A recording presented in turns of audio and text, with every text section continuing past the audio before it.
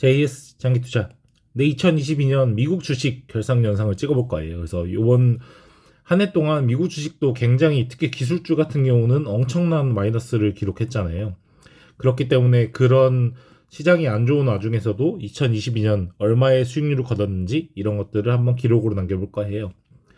그래서 먼저 2022년에 미국 주식은 거의 투자를 안 했다고 보시면 될 것 같아요. 거의 작년에 있었던 수준은 그냥 그대로였던 것 같고, 오히려 수익이 난 거를 판매를 하고 매도를 하고 그 금액으로 한국 주식을 샀던 올 한 해였던 것 같아요. 그래서 총 미국 주식에 투자한 자산 자체는 아마 작년과 거의 비슷한 정도이지 않을까 이런 생각이 들고요. 먼저 첫 번째로는 실현 수익이죠. 이건 어떻게 보면 2022년 한 해 동안에 양도세 가계산 이 차트를 한번 가져와 봤어요. 그래서 요게 이제 주식을 매수하고 매도했을 때 수익이 나면 그 양도소득을 이렇게 계산을 해주는 키움 증권의 그런 기능이 있거든요. 그래서 요걸 보시면 아시겠지만 이런 식으로 이 중에서도 이제 리얼티 인컴 같은 경우 리얼티 인컴이 그때 60 후반이었나 70달러 냈나요? 그때 73달러인가? 그때 갔을 때 한꺼번에 좀 매도를 하고 다른 주식을 구매했던 기억이 있어요. 아마 이때 당시에 이걸 매도를 하고 다른 종목을 구매한 게 아마 국내 주식이었던 것 같고요. 이런 식으로 이제 수익을 냈던, 그리고 또 여기서도 또 손해를 봤던 종목들도 있고요.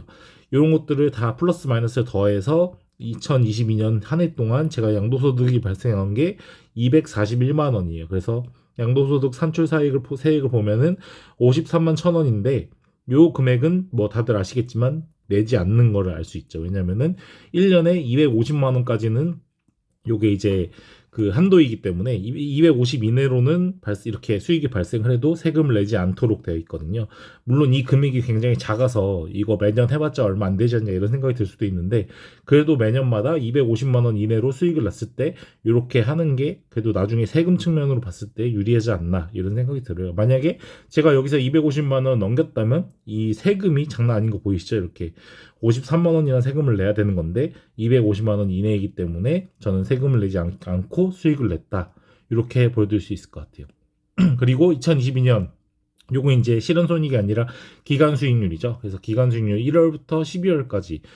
올해는 근데 유독 좀 회전율이 높았던 것 같아요. 미국 주식을. 이게 다 왜냐면은 미국 주식이 그때 한참 올랐을 때 뭐 리얼티 인컴이나 스타벅스 같은 걸 좀 매도를 하고 다른 기업의 이제 뭐 주식을 사고 국내 기업도 사고 이러다 보니까 회전율이 좀 높았던 것 같아요. 230%니까 아마 제가 미국 주식을 투자한 일에 가장 높은 회전율을 기록하지 않는 생각이 들고요. 수익률 같은 경우는 한 해 동안 마이너스 13%예요. 그래서 만약에 제가 기술주 위주로 투자를 했다면은 이거보다 더 마이너스가 컸을 건데, 아무래도 제가 뭐 가치주라든지 또 음식료주 이런 것들도 구매를 했었고, 또 앞에서 봤듯이 뭐 리얼티 인컴이나 이런 것들을 적당한 시기에 팔고 빠졌기 때문에 아마 요 정도로 막 이렇게 막지 않았나 이런 생각이 들어서 마이너스 13%라는 기록을 달성했고, 회전율은 232%. 작년 같은 경우 2021년이 제가 작년 영상을 보니까 수익률이 24%인가 그랬던 것 같은데, 올해는 마이너스 13% 정도로 좀 약간 아쉬운 수익률을 기록했다 할 수 있네요. 그래도 어쨌든 가지고 있는 주식들은 마이너스 나더라도 팔지 않고 계속 제 돈으로 구매했기 때문에 가지고 있고, 그 와중에서도 플러스 난 것들은 이런 식으로 이렇게 수익을 낼 수 있게 해놨기 때문에, 어쨌든 미국 주식은 사실 어떻게 보면 한국 주식보다도 좀 더 괜찮은 측면이 이런 거에서 있지 않나 싶어요.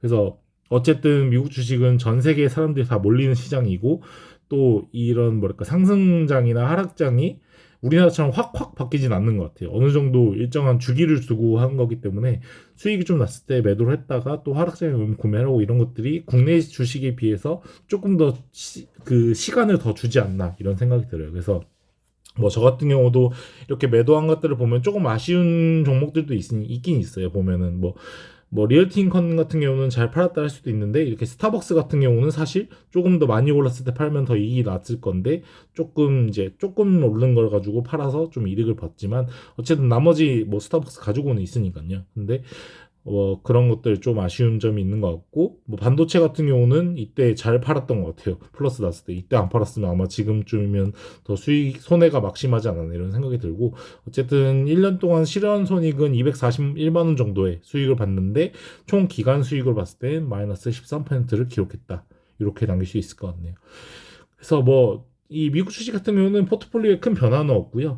뭐 조금 변화가 있다 해도 그런 것들은 제가 뭐 이렇게 돈이 필요할 때 잠깐 팔았다가 다시 구매를 해야 할 거기 때문에 그런 것들은 뭐 저도 뭐 신경을 크게 안 쓰는 것 같고 오히려 이제 올해 같은 경우는 미국 주식을 팔아서 국내 주식을 좀 더 많이 샀던 것 같아요. 근데 그 선택이 뭐 그렇게 좋았냐라고는 볼 수는 없지만 어쨌든 배당금을 생각해 보면은 사실 미국 주식을 팔고 한국 주식을 판 게 뭐 나쁜 선택은 아니지 않았나 이런 생각이 들고 2023년 이제 한국 주식 시장 뭐 이머징 마켓이 좀 더 부각받는다면 제가 올해 했던 게 아마 큰 수익으로 돌아올 수 있겠고 만약에 그게 아니라면 좀 아쉬운 선택이었지 않나 이런 생각이 들어요.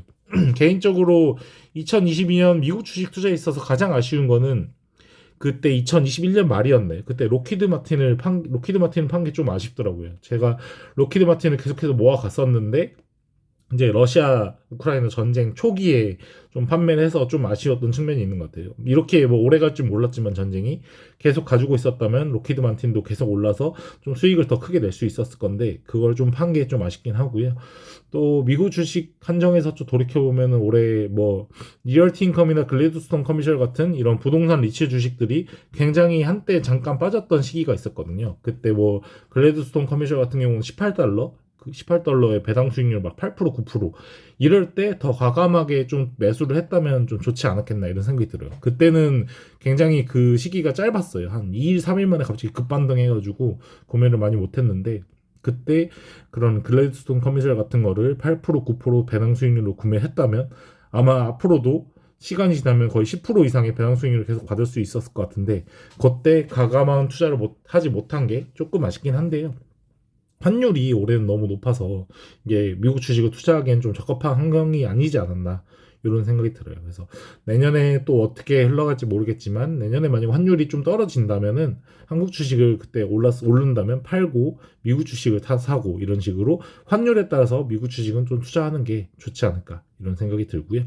또 여기 포함해서 제가 일본 주식도 지금 구매를 하고 있는데 일본 주식은 계속해서 사서 제트홀딩스 같은 경우는 2,000주까지는 아마 내년엔 또 목표를 삼아서 모아야 되지 않나 이런 생각이 들어요. 내년에 뭐 성과급을 받았을 때 또 제트홀딩스를 좀 많이 구매하지 않을까. 그때까지는 좀 많이 오르지 않았으면 좋겠다는 생각도 드네요.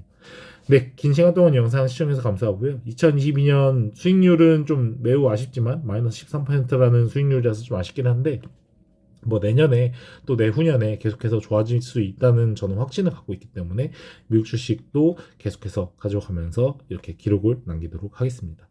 네, 감사합니다.